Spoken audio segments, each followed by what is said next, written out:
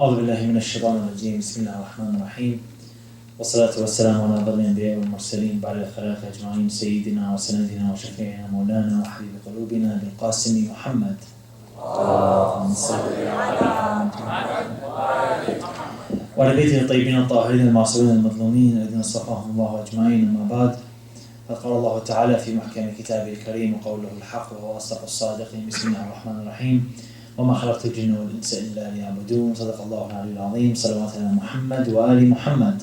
اللهم صل على محمد وآل محمد. My respected brothers and sisters, Assalamu alaikum wa rahmatullahi wa barakatuh. Seeing how this is the last night of the past about 10 days of presentations or 8 days of presentations, I'd like to just kind of wrap everything together and conclude on some points which we might have missed or some points we might have not caught. It's quite interesting when we examine the theme which we started.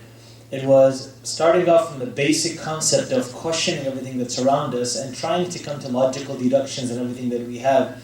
Not only that, but really questioning the core of what we believe, in the sense that we push certain questions forward and we're trying to get answers as much as we can, because we know that logically there are things which you and I are missing which need to fit as part of our puzzle.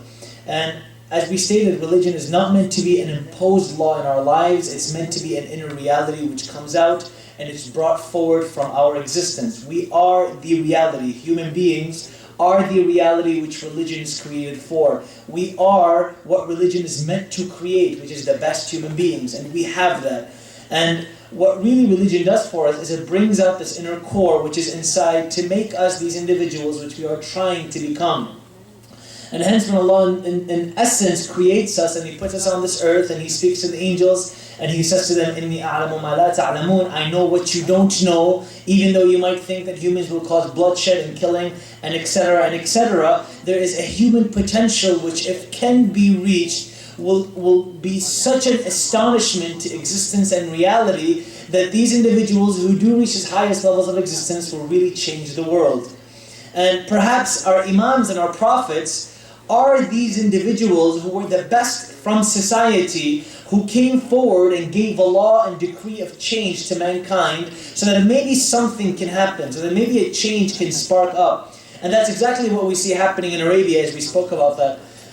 We continued in discussing a specific theme, which was a theme of progression and the theme of growth. And that when you and I do something as human beings, our actions and our deeds, we're not doing them because we have been ordained or told to do so by someone. The reason we are doing what we do, we practice the Islamic laws, we observe hijab, we observe modesty, we do good things, and we refrain from bad things, is because it feeds towards our human growth. As human beings, we grow. And we examine the verse in the Quran where Allah says, وَمَنْ يَبْتَغِ غَيْرَ الْإِسْلَامِ دِينًا فَلَنْ يُقْبَلَ مِنْهُ. What is Allah trying to say? Is Allah saying that I won't accept from you if you're from a different religion? Or is God saying if you don't hold on to the specific laws which are required upon you, which bring upon human change, then as a human you will not benefit? It's not that God needs us to do certain things, because as we know, Allah is independent, Allah is Samad. He doesn't need us. But what we're in need of is human growth. And we continued by saying that perhaps, just perhaps, maybe evil, which we see around us, quote-unquote evil, is the specific task force or these obstacles in our road that we need to get through in order for us to reach human growth. Because what else is a feasible solution in our lives? What else is really out there which is worth it? And we said as much as material gains are important, as much as growing materially, physically is important, at the end of the day, knowing the way that human beings work, the way we work, is that we are transient from material things. We hold on to something which is material for a small amount of time, and then all of a sudden we leave it because we lose interest in it.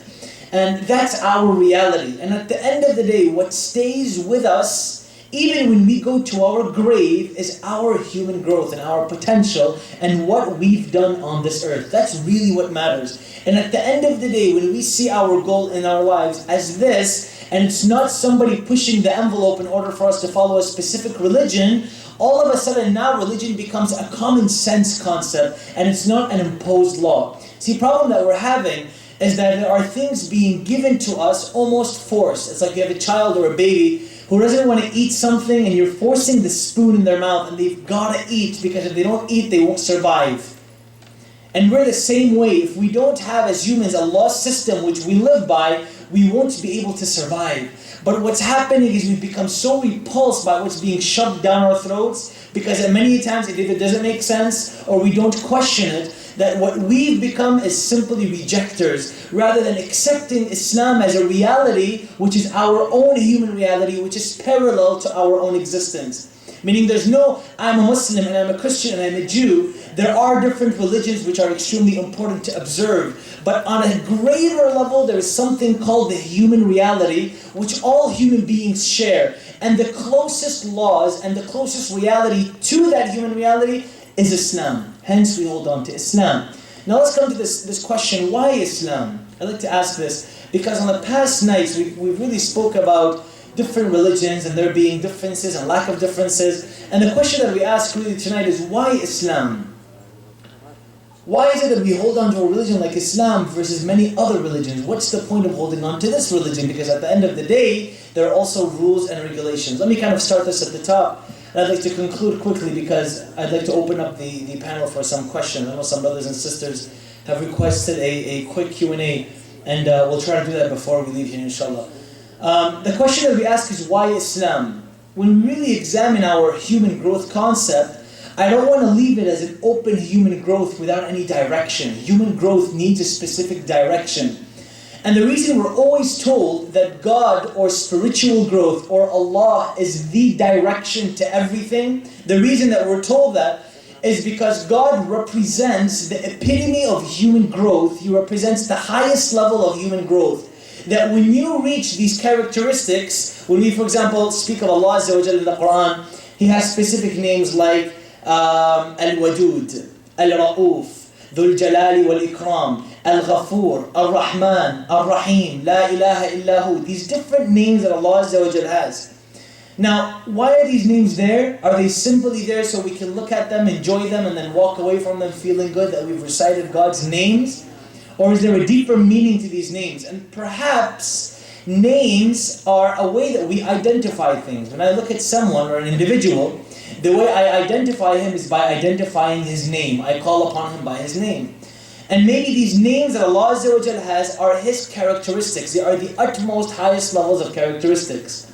And what we're saying is, instead of saying human growth on a very general scale, which is really nice, let's broaden it and bring it down closer.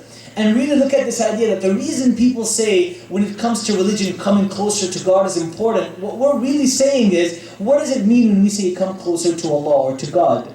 Is there a proximity between us and God? And we discussed about 3 or 4 nights ago that the concept of God is not that God is away from me and I am here and I'm working closer to Him or I'm getting farther away from Him. That's not how it works. Rather, God is a reality which is within us. He is in our presence. That's why in the Quran says Allah is everywhere. He's closer to you than your jugular vein. Because we're trying to pull away from this idea that God is somewhere and I'm somewhere else. Rather, what's happening is there are these qualities and characteristics which are a reality around me. And what I need to do is align myself to these qualities and characteristics of human growth. Ever ask ourselves, why is it that the Messenger of Allah is called the best of people in the Quran? Or why is it that our Imams are taken as the best of people, specifically within, when we read the stories of their lives and their existence and what they did? Why is it that they were such great human beings that are so revered by the Muslim world? Is it simply because there's a bias, because Muhammad is part of my religion, that I love him? Or because Isa is part of the Christian faith and I kind of shove him away? What is it about the Messenger of Allah, Muhammad, that makes him the individual? Well, if you dig deep down into it, he was a human being simply who aligned himself the closest to these 99 names of Allah Azza wa Jal. That when you read his stories, you realize that this person reached such a level of mercy that he has now brought himself closer to this general direction of growth, which is Allah's 99 characteristics or His 99 names. Because at the end of the day, these characteristics, these moral qualities are really what make an individual. We spoke about this for about 5 or 6 nights ago, where we said that as much as human beings can become powerful or rich, what really makes a human is their moral fiber. It's what morals do you have and what do you bring forward. And perhaps these 99 names that the Quran displays are not simply there as a nice name tablet, but they are more where you and I take these names, we understand them, and we align ourselves closer to that. That's the secret of prophets and Ahlul Bayt. If you really dig down deep into it, they were such aligned to these names that their general sense of growth and direction was these 99 names. And that's why when we say, what's human growth? What is it really? What part of our life is human growth? Well, very basically and simply we can say that by identifying these characteristics of Allah Azza wa Jalla, of God. Now of course everybody's concept of God is different. There are some individuals who their concept of God is a statue. Some their concept of God is nature. Other person's concept of God is an infinite God. Some of us even sitting in here within our own Muslim community, the concept of a God is so different amongst everyone here. God is very different. Everybody has a personalized view. But at the end of the day, when we talk about Allah Azza wa Jal, what is God? What is it about Him that brings people together? What is it about religion which keeps pushing this idea of a God or a God or a God? And He's infinite. Even mathematically, we cannot understand infinity. So how do we relate to Him? How do we understand Him? How do we try to reach some sort of level of understanding with this Allah or the God that we have? Well, it's very basic. Take His 99 names and let that be an alignment point for our human growth. What is it about the qualities of Allah Azza wa Jalla which are in the Quran, which we describe, which are such beautiful qualities? Things like mercy, things like kindness, things like bounty, things like clemency, things like giving. All of these qualities which Allah Azza wa Jalla is displaying for us through His 99 names, perhaps are a reason of alignment and are a purpose which human beings can take upon their lives. I don't want to leave it where it's general human growth. Now, growth on this level takes place in many different ways. To grow as a human, it's typically those experiences after we're praying, during our prayer also, but after our prayer when we really reach those levels of high levels of inspiration and change. Basic example that we gave is Imam Khomeini alayhi salam, he was once seen praying quicker than usual.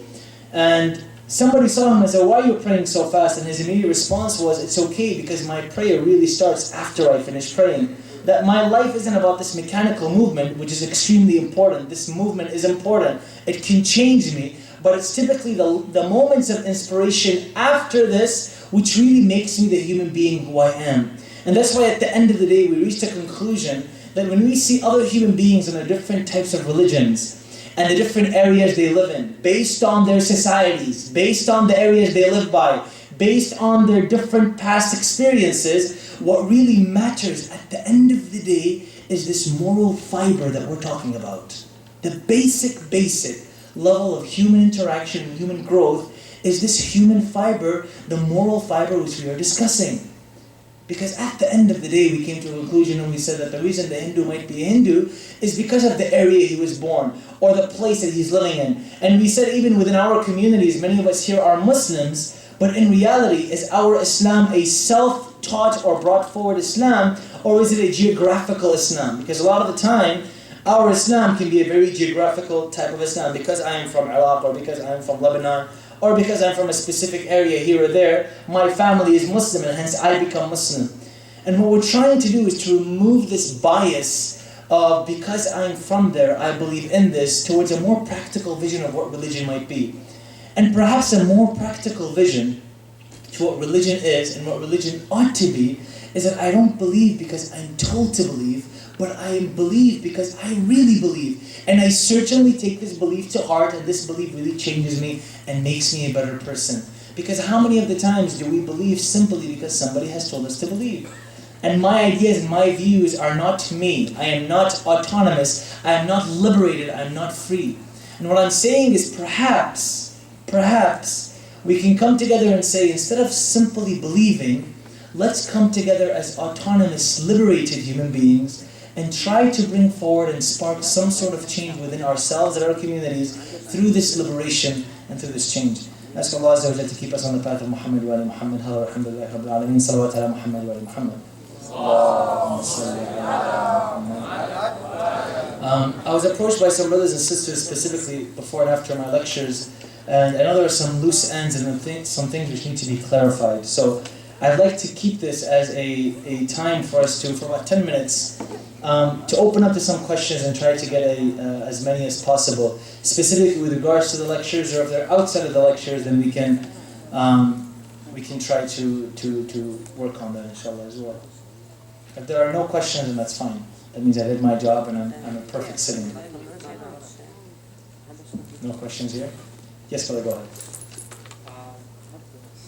Brother Ali, I mean, as someone who's been here since the beginning of your lectures and really just appreciates your approach, really push the envelope, and you ask so many questions during your lectures, and it forces us to kind of reflect on the questions and have our own dialogues. And I remember specifically one of the nights, you put a lot of emphasis on equality between men and women. Yes. And it was very eye-opening, because I think a lot of the points you made were very true to our community.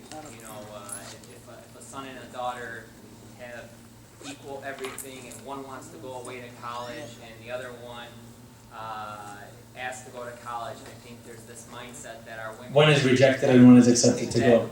Yeah. And of course I said that's circumstantial. People have different circumstances, but we speak on a very general basis. Very general. Yeah. So I wonder how that applies to the concept of, you know, all the women are sitting on this side of the room and all the men are sitting on this side of the room, or sometimes when we pray, the women are always in the back or on the top of a mosque, and the men are always in the front. So why is it that there's this... if the concept of equality is meant to be, you know, specific to these points, then why is it there's no equality in this? Yeah, I mean, it's the sure, that's a good question. It's the core of our religion, right? We're in the mosque right now. So, okay.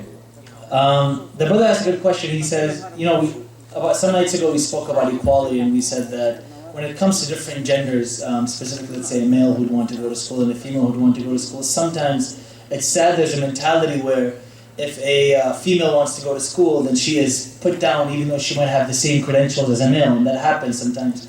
And that's a point of equality. And the question that was asked is, with regards to our seating and the way we are segregated and the way we're separated, is there equality? Let me do this. Instead of saying what equality is, let me say what it isn't. Okay? At times when we look at specifically the way that we are sitting and we're separated, I think it's from the way that I see it here, at least here. Sheikh Ali has done a great job. And the sisters on this side, the brothers on this side. I've seen it at times where, let me give a basic example. I was in London last Muharram, and in London there is a mosque where it's a very small area. There is an area in the front, and there's an area in the back. And we get much more sister attendance than male attendance. There's much more female than male attendance, okay? And when I spoke to the brothers and we were organizing the place before we started, they were saying, well, the men will sit in front and the women will sit in the back, even though the women are more and the back area was much smaller, okay? Now, we don't want it to be where, okay, all of a sudden, we're getting very, very picky, but things are so specific. If you have more females who are coming to a gathering than males, then it makes more sense to give them the larger area. Or let's say, for example, you have Salat al-Jum'ah, you'll give the males the whole area, and the females will get an extremely, extremely tiny segment where they're squished, or they have to go to another place to pray, or many of them want to pray in that specific area. To me, that's also problematic. Let me go a bit further than that. Instead of saying mosques and who's attending and who's not and where we sit, look at equality in the discussion. I know alhamdulillah, this is not a problem in our community because I think we've passed this. There are some communities where if a sister wants to come up here and just MC a program, it's a very, very, very hard choice for people to make, specifically people on executive committees. That in order for a sister, if it was a male to go up here and come up here and speak and say, I'd like to give my opinion or I would like to MC the program, it's very easy. In some cases, it's so hard for such a decision to be passed simply because we've got to go through all these bureaucracies just for a female to come up on the pulpit and say, well, I'd like to give my opinion on this issue. Now, if you look at the world of academia, has surpassed us by this. If a woman wants to come up and give a discussion with regards to hijab, with regards to many different things, and I think it would be quite phenomenal. We have, even in the Muslim world, we've got so many Muslim speakers, but there's such a small lineup of female speakers, okay? When was the last time we saw a female speaker coming up here and giving a 30-night lecture series in Ramadan? When was the last time you came up here and saw a female speaker giving a 10-night Muharram Majlis, specifically for sisters or for a mixed audience, brothers and sisters? And I'd find if a female was to speak on these issues, concepts like hijab would be much easier to be understood. Because it's one thing for a male to come up here and say, let me tell you guys about hijab. It's another thing for a female to come up here and say, let me tell you about the hardships which hijab imposed for me as a child and how I outgrew them and how I fell in love with wearing my hijab, for example. Okay? And that's perhaps something that we can work with. Okay. Does that kind of clarify something? Okay, thank you. Okay, any other questions? If not, we can conclude. Okay, excellent. Salawat ala Muhammad wa ala Muhammad.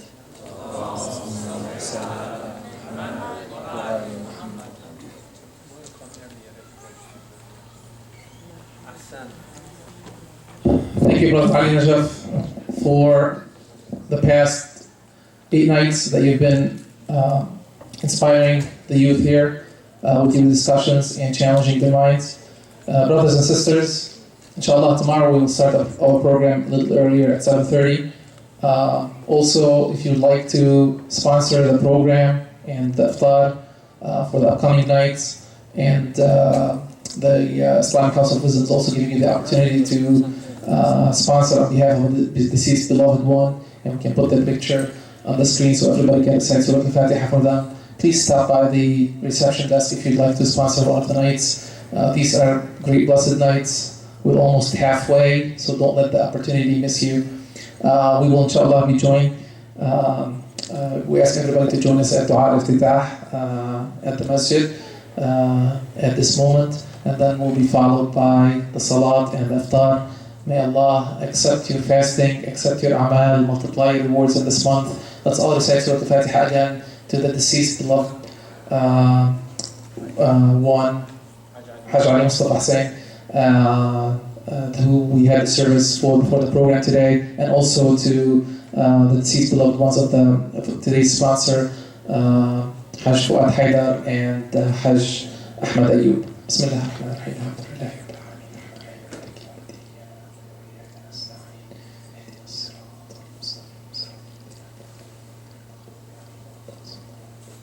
عظم الله أجوركم وتقبل أعمالكم. السلام عليكم ورحمة الله وبركاته. ختم الله على قلوبهم وعلى سمعهم